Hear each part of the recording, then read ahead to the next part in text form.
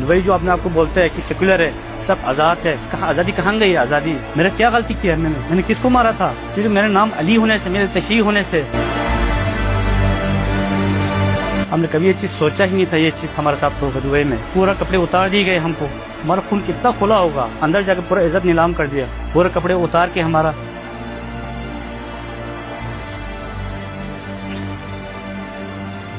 हमारे मुल्क में यहूदी भी है, हिंदू भी है। अस्सलाम वालेकुम नाज़रीन, मैं हूं आसिफ चट।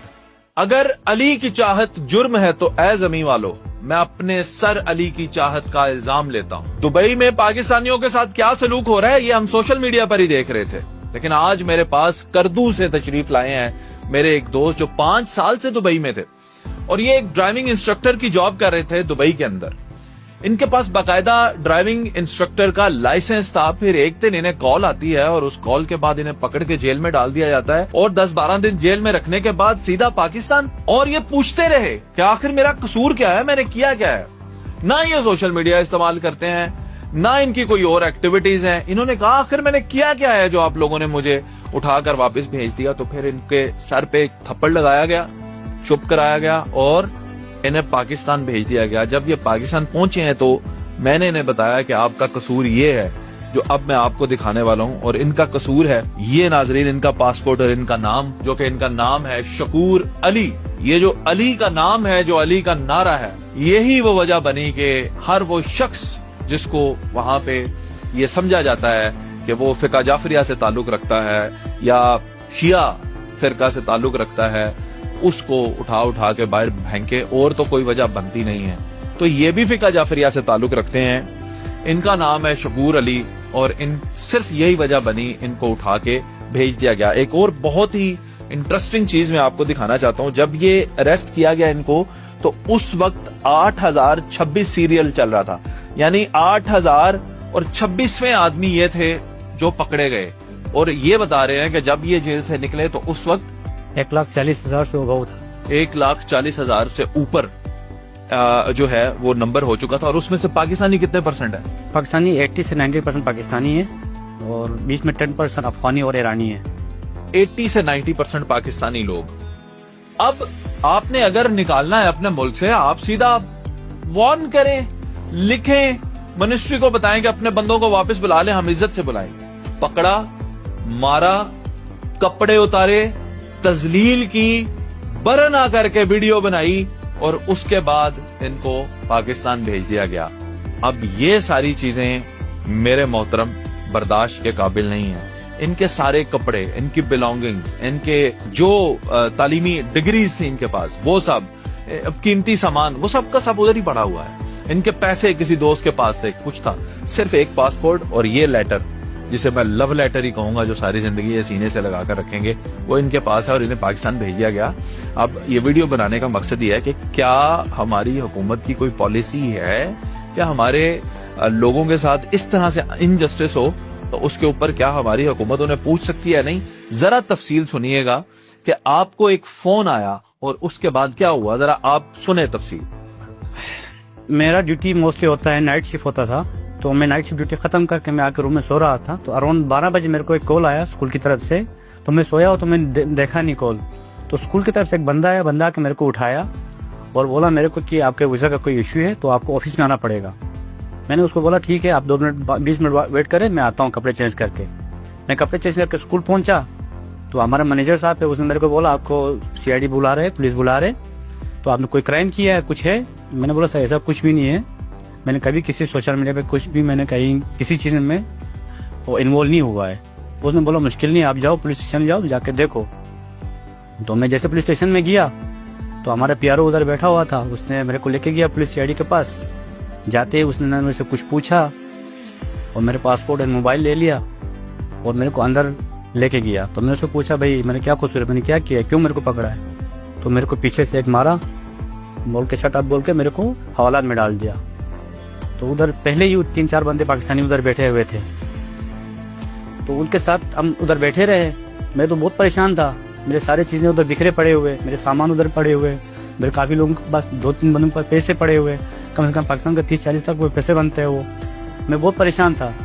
तो लोगों ने थोड़ा दिलासा दे दिया जो उधर बंदे बैठे हुए थे।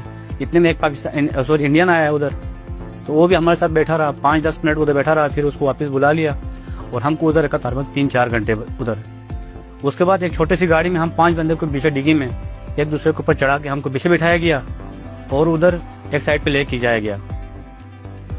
उधर जाने के बाद जो दास्तान हुआ है,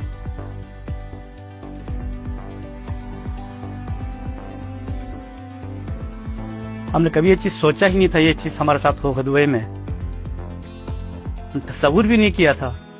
दुबई जो अपने आपको बोलते हैं कि सेकुलर है, सब आजाद है, ये आजादी कहाँ गई? आजादी, मैं एक अदना सा मजदूर हूँ, मैंने क्या गलती किया? मैंने किसको मारा था?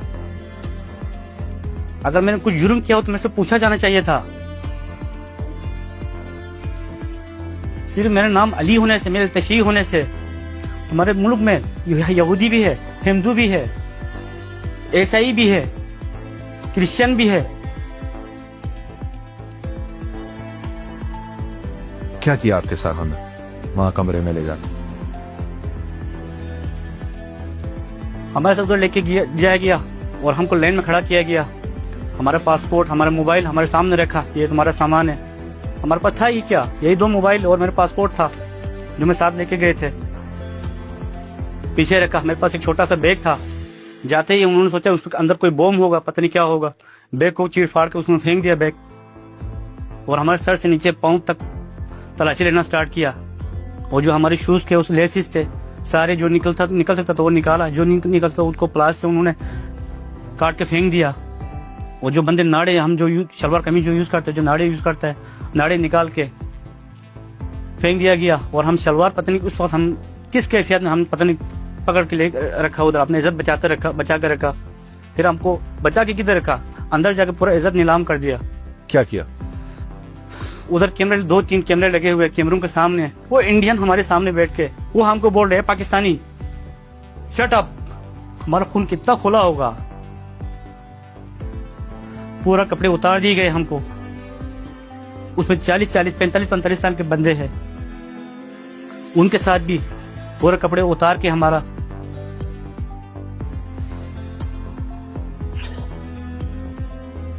हमने कभी ये चीज सोचा ही नहीं था दुबई में हमारे साथ ये होगा। उसके बाद हमारे कपड़े उतार के बाद में जलील करने के बाद हमको लेके जाया गया ऊपर जाते ही रास्ते में 2-3 चेकिंग पॉइंट और आता है। उधर तो कपड़े नहीं उतारा, उधर तो नॉर्मली चेकिंग किया, पूरा शूज बूज पूरा चेकिंग किया। चेकिंग करने के बाद हम ऊपर लेके जाया गया तो हम क्या देखा, पूरा पाकिस्तान उधर आया हुआ है।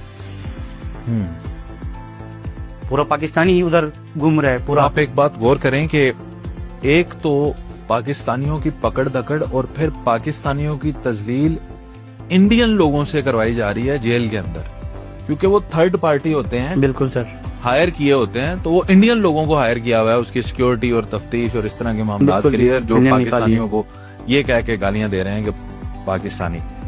अब इस वक्त आपकी जिंदगी का कितना सरमाया वहां पे आपका नुकसान हुआ, क्या फीलिंग है क्या इस वक्त आपकी? सर अभी मेरे पास तो कुछ भी नहीं है। जो भी था 5 साल का जो मेरे सरमाया किया हुआ था, थोड़ा बहुत पाकिस्तान में बेच के थोड़ा सा बनाया था, बाकी जो भी थे उधर ही पड़े हुए हैं। इवन मेरे जो बिलोंगिंग से, मेरे कपड़े, मैं पिछले 20 दिन से यही पहन पे घूम रहा हूँ। 20 दिन से 12 दिन जेल में यही पहन कर घूम आए, अभी भी यही। परेशान ना हो, अल्लाह आपको सब्र दे। और आप बहुत बड़े दिल के लोग हैं। गिलगित बल्तिस्तान के लोग जो हैं वो इतनी जल्दी हिम्मत और हौसला नहीं हार सकते। ये आज भी बड़ा बाहिम्मत नौजवान है और ये उस सरजमीन से ताल्लुक रखते हैं। मैं दुबई के कोने कोने तक इस आवाज को पहुंचा दीजिएगा कि जिस सरजमीन में जो इखलाकियात, जो नर्म दिली, जो सिला रहमी, जो भाईचारे की जो लहर है, इनके खून के अंदर वो 100 साल मेहनत भी करके जो है वो दुबई के लोग हासिल नहीं कर सकते। जितना मर्जी पैसा आ जाए उनके पास, जितना इखलाक इस खत्ते के लोगों के पास है जिसका नाम है गिलगित बल्तिस्तान। और जिस तरह से पाकिस्तानियों को और जो जिनके नाम के साथ अली आता है या हुसैन आता है, ये बातें हम सुनते थे, आज हमने प्रैक्टिकली देख लिया कि ये सब कुछ हो रहा है। मैं समझता हूँ कि इतनी हिम्मत है आप में और आप ये सब कुछ करना चाहते हैं, तो आप इसे स्टेट लेवल पे करें, डिक्लेयर करें कि हम ये करना चाहते हैं और कोई मसला नहीं है, पाकिस्तानी सारे वापस आ जाएंगे। हमारे पास सऊदी अरेबिया है, हमारे पास कतर है, हमारे भाई उधर जाकर काम करेंगे, अपना हलाल रिस्क कमाएंगे, कोई मसला नहीं है। लेकिन इस तरह से पकड़ पकड़ के लोगों को मोहलत ही ना देना कि वो अपने पैसे वापस ले लेता। वहां पे जो बंदा मौजूद है और अगर वो किसी और नेशनैलिटी का और इसके कोई 20,000 दिरहम उसके पास है तो इसे क्यों वापस देगा? उसे पता है अब ये तो इस पासपोर्ट पर दोबारा कभी नहीं आ सकता दुबई में। तो इस तरह की ज्यादतियां जब आपने लोगों के साथ की हैं, ये मैं समझता हूं कि हुकूमत को इस पर ज़रूर गौर करना चाहिए कि हम अपने इन भाइयों को कैसे इंसाफ दिला सकते हैं। कम से कम इनके सामान, इनकी बिलोंगिंग्स जो वहाँ पे हैं वो कैसे मिल सकती हैं। इनसे पूछें कि आखिर कसूर क्या है इन लोगों का, और अगर आपकी ये पॉलिसी है तो पहले बताएं ताकि पाकिस्तान में से ही लोग जो हैं आप उन्हें एयरपोर्ट पर ही रोक लें, अप्लाई ना करने दें। क्यों जाकर ये वहाँ पे इनकी तजलील हो। ये एक दर्द भरी, दुख भरी दास्तान है, आप लोगों के साथ शेयर की है इस तरह के वाकयात। अगर आपने भी देखे हैं, आपके साथ भी हुआ है तो कमेंट सेक्शन में आप बताएं ताकि हम और लोग जो इस तरह की परेशानी से गुजरे हैं उनके साथ रिलेट कर सकें। बहुत शुक्रिया।